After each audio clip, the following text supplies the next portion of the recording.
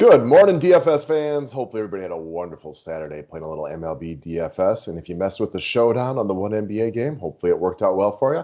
Here to break down the two-game slate for NBA today. We're going to roll kind of members-only style because it's Sunday. I know Bellman's got baseball. I got basketball. We got ourselves a two-gamer today. My Bucks hosting the Nets down, 2-1. And then we got the Suns trying to close out the Nuggets, try to sweep those boys. So kudos to the Suns and Chris Paul. We will get to that game second. In the meantime, don't hesitate to buy yourself a weekly membership up at the website link below. And if you can click the thumbs up button, it is sincerely appreciated. All right, I'm going to be concise today. I feel pretty good on the people that I like. I mean, not saying that I feel like great. I know they're going to be the best plays. I'm just saying I feel like I know where I want to go today. I know who my guys are, and it feels like it's relatively easy to make the right lineup. So as far as Brooklyn goes, things of note, obviously James Harden remains out. Spencer Dinwiddie hasn't played in about 20 years, so he's obviously not going to be in. But they do have the potential Jeff Green reemergence. What could that do? I don't know. Eat into Blake a little bit. Maybe Bruce Brown a little bit. Claxton might not get off the bench potentially. That's about it. I wouldn't expect Jeff Green to play huge minutes. Nash has been one, even if the Nets lose today, we all know they're the better team, right? Like the odds of them not winning this series are, I don't know. They're going to win the series. I feel pretty confident about that, and that's coming from a huge Bucks fan. So I don't think he's going to push Jeff Green into big minutes. Could he be viable at 3K? Potentially. Dude hasn't played in about 3 weeks, so I wouldn't expect him to play a huge role in this one. But if Steve Nash says there's no minutes limit and you get an announcement, I get it. Outside of that, the guys I like on this squad are pretty simple. It's the same guys I like last time out. It hasn't changed. It's going to be Bruce Brown at 4,700. I know he missed a couple of big shots down the stretch, but he played big minutes. He was ultra aggressive. He plays good defense. He's a good rebounder for a guard. He does a little bit of facilitating. With all the defense that Drew and PJ and the boys have to pay to KD and Kyrie, he gets open floaters in the lane. I don't love the price range, but in 3 games in the series, dude's given us 21, 27 in a major blowout, and then 35. In the closing games against Boston, he was solid. I think he's a good look at 4,700. It's the guy I'm listed. And then as far as the studs goes, I mean, I won't go out call KD a must, but KD, again, I like him much more than I like Kyrie. Kyrie looks a bit gassed. Like, they made Kyrie play a lot of minutes, and Drew is making him work. So I would still much rather get to Kevin Durant. Could Kyrie go off today? Yeah. Kyrie has got an amazing offensive skill set, but they're not making things easy for him. He's good enough to get after it. I don't expect that to be a thing. However, as great as PJ Tucker played the other day, Kevin Durant still had 61 DK points because he's literally unguardable. He's just too big and too good of a shooter that there's just no answer for him. He's amazing. We all know KD's amazing. He would be the guy that I would want from Brooklyn. So for me, it's the same as last time out. Bruce Brown and KD. Could Joe Harris light him up today? Sure, it's possible. Probably not where I'm going to end, though. All right, as far as Milwaukee goes, I am going to game chase on this one. And what I mean by that is if I'm playing anybody from Milwaukee's big 3, it's going to be Chris Middleton. I like Kevin Durant just as much as Giannis, if not more.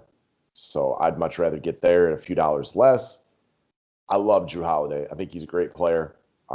He is working on defense. But that's where they are using him mostly. He is doing great work defensively.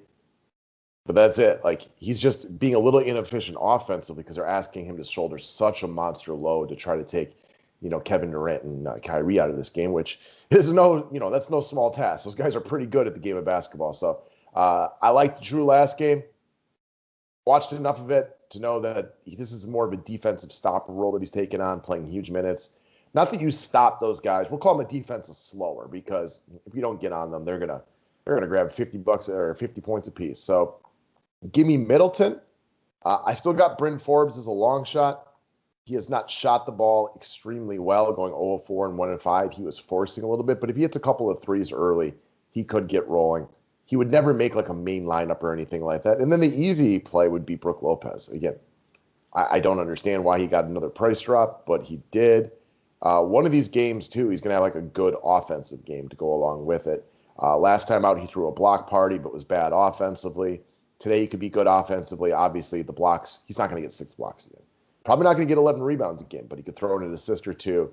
And today he could make 3 or 4 buckets. So at 4,400, he's a guy that absolutely makes one of my main lineups.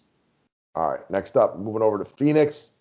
Again, Chris Paul. I know he got a price raise going from 7,100 to 7,400. Pretty sure this guy's earned every piece of it. He is playing like a legitimate MVP right now. This guy could play a lot worse today and still be a good DFS play. So from Phoenix, he's a guy.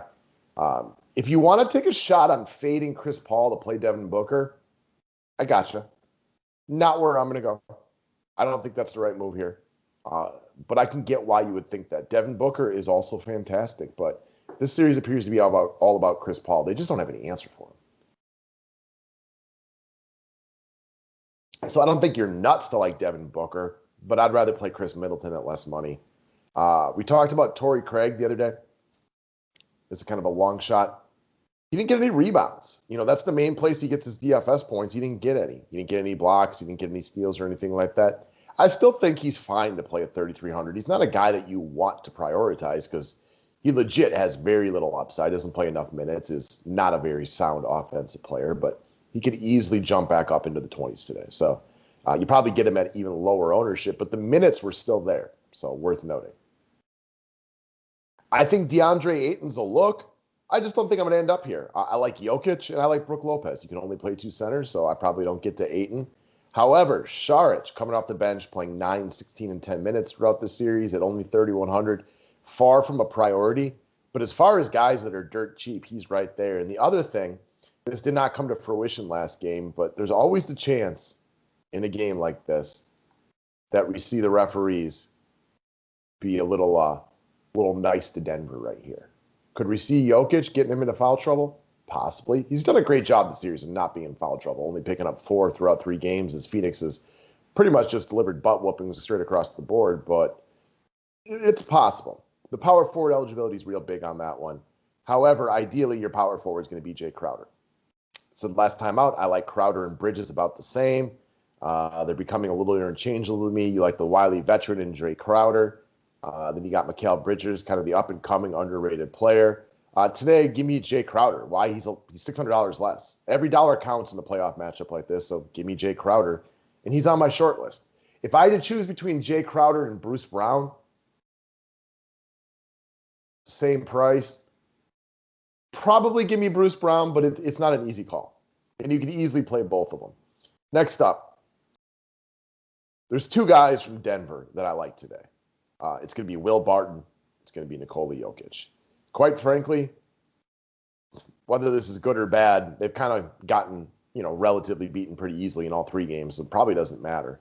But the Monte Morrises of the world, Campazzo, Austin Rivers, they all start taking a little bit of a back seat with Will Barton around. Will Barton played much bigger minutes than I anticipated last time out, went for 28. Got a price drop down to 5K. It's win or go home. Like, I think Will Barton's a pretty good play at 5K, and you can roll him at the shooting guard position, which is kind of nice. So I will probably get to him. I love the price tag on Campazzo, all the way down to 4,300. The big difference is, though, like, his production has dipped big time, not only since playing Portland, but really since game 1, since Will Barton came back. He's only shot the ball 12 times, has not shot it well, only 2 assists. He's just not getting a lot of touches. And because this is kind of a winner-go-home scenario, I like Jokic a lot. Again, we told you guys last time out he was our top play. Said he would probably triple-double. He did. He's going to have monster usage. Said he'd play 40 minutes, and he did. So a day after making me look good from a DFS perspective, I'm going to go right back to this guy. 10-6. He actually got a price drop. He's my favorite stud on the slate once again, assuming studs meaning, like, we'll just say 9K and above. Give me Jokic over anybody else. He's the guy that I'm most interested in. So, Chris Paul, Bruce Brown, Jay Crowder, Jokic, Lopez, kind of go from here. Again, I would love to get KD in my lineup. That seems a little bit more difficult to do. It can be done if you want to play a 3K guard, but quite frankly, these guys are all DMPs waiting to happen. So good luck with that one. I would love to get Durant there, but it's not necessarily in the cards unless you do something like go down from Jay Crowder to say PJ Tucker, Paul Millsap, JaMychal Green, Saric. So like if you really like if you really like KD, and I get why you would, love me some KD today. Guard 4,500. Campazzo. Yeah, I know Mike James was terrible last time, and I wrote up in the article not to play him. Um, Definitely was looking for him to regress in this situation. That was kind of anticipated for sure. Of course, my dumbass still used him in the one really, really good lineup I had. So, who am I to talk in this one? Could be better today. I'm not looking for it personally. Rivers, Forbes, there's options right here, but for me, I'll probably switch it up. I'll probably still make some subtle moves around this, but like Chris Paul and Jokic are guys I like a lot. Brook Lopez, Barton. Got to assume Denver's going to play with their best players today. And that doesn't mean that they're going to play well that way, but expect Will Barton and Nikola Jokic to have the ball quite a bit. So that's today, guys. Good luck. Go win yourself some real money, and I will see you tomorrow. Thank you very much.